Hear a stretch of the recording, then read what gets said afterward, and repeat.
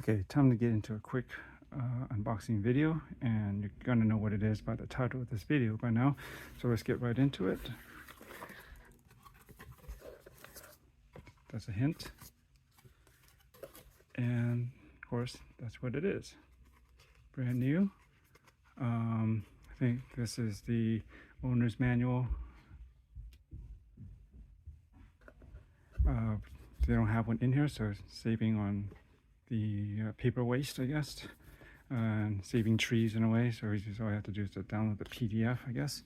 It comes in this kind of nice, kind of sort of, no, it's not really padded, but it's a nice kind of a silk, I guess, watch bag. You can put the watch or something in here.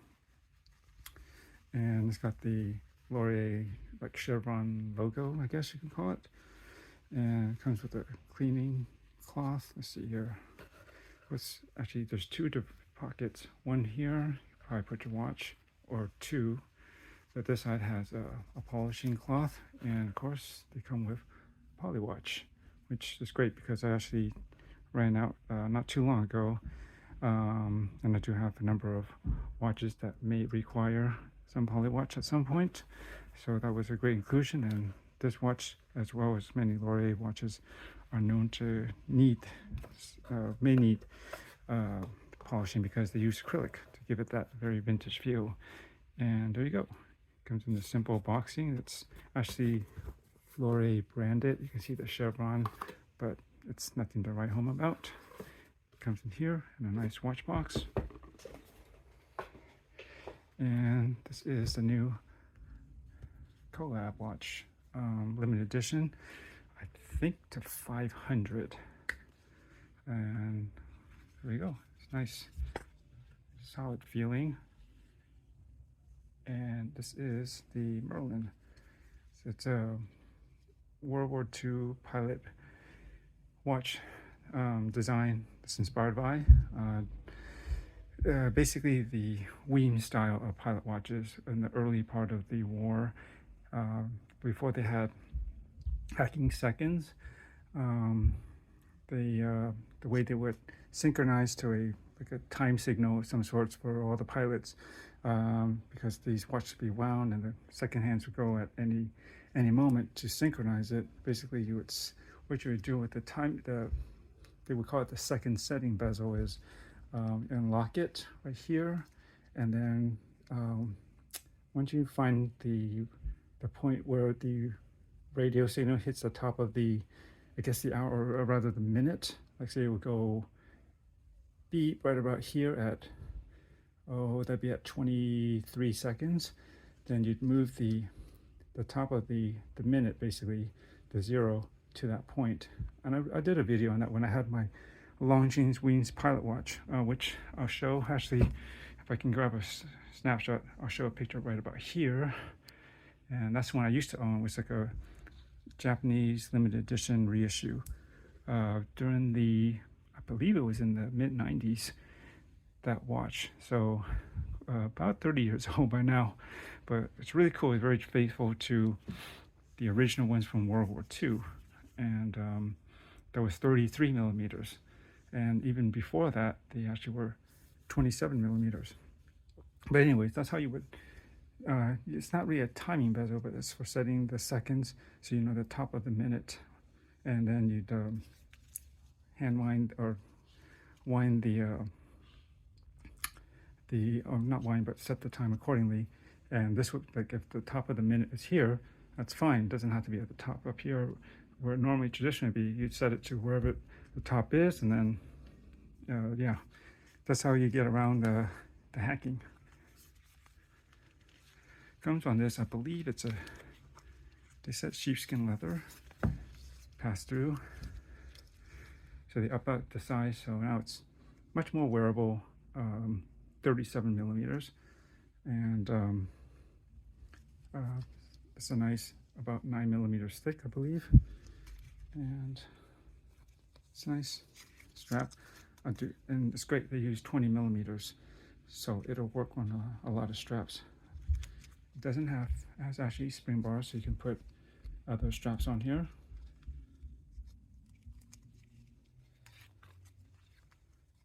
Here we go. And it does have a screw down crown. I believe this has 100 meters of water resistance, which is great. So it can hack. It's using a Miyota 91S or 5S. I forget what it was. But it's their time only movement. No date. So there's no ghost position. I'm just going to set it to right about here. That looks good. And anyways. And you can hand wind it. And it's automatic. Pretty good. That's what I like about Miyota. Moves to be thin. And this is the locking crown. So you just simply do this, and it's bidirectional. Nice heat blued hands. I mean, maybe some people might be iffy on this handset, and I kind of was, but you know, it's unique. I could have sworn I've seen this on some vintage watch, but I can't put my finger on which design. But it has a lot of character to it. It's something that you don't see often. And it's a combination of designs here, but I like it. It's like it's original, but it does, you know, this truly does pay homage to like those World War II watches. Like some of the ones that you see like in the movie Dunkirk that Tom Hardy is wearing, the Spitfire pilot. And in the back you'll have the Urban Gentry Labs logo right in the back. Kind of make it out there. There you go, the lion. And I don't think they actually have the limited edition number specific in here, but that's okay.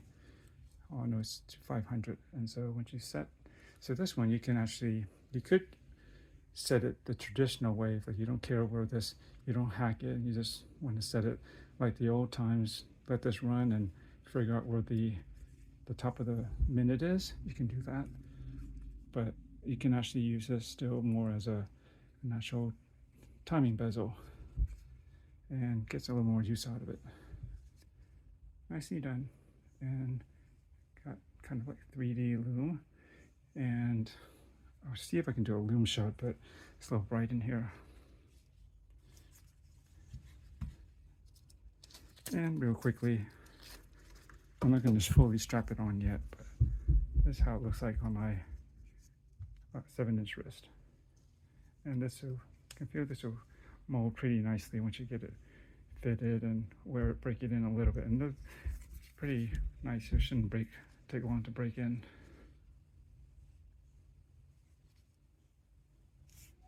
So let me turn this off. I'm going to go into more details about this at a later time.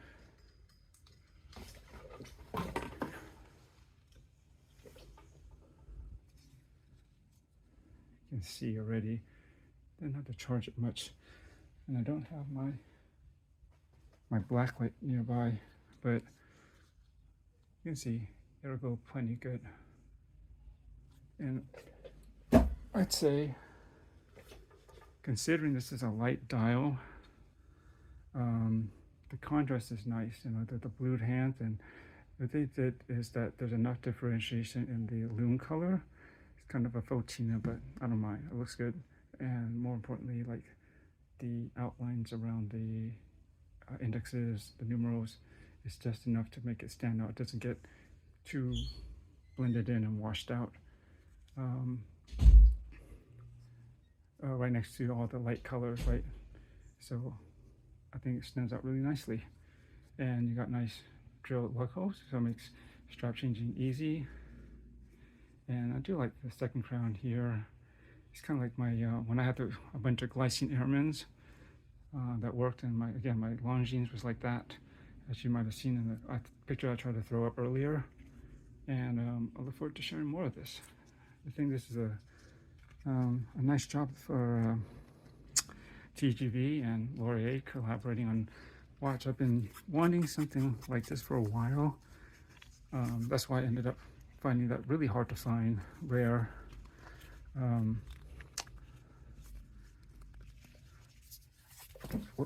Longines Weems pilot watch, reference L2606.4, if I remember correctly.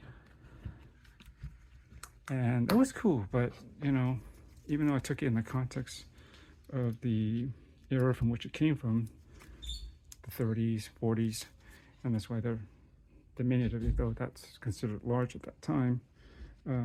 It still felt a bit dainty, especially since it only has 16mm straps on the pilot watch. But this is a good modern size, and I believe, and they still make it, but only one variant now is undone. They have their Arrow, which is basically inspired by the same thing, but that came out several years ago, and they still have it, but I don't think it's one of the popular ones. It's just the size, it's 40, and the proportions are all wrong. Like, it's thick. I think it's closer to 15mm thick, as well as just the bezel to dial ratio is not as good. Anyways, just trying to show Laurier. Anyways, thanks for watching.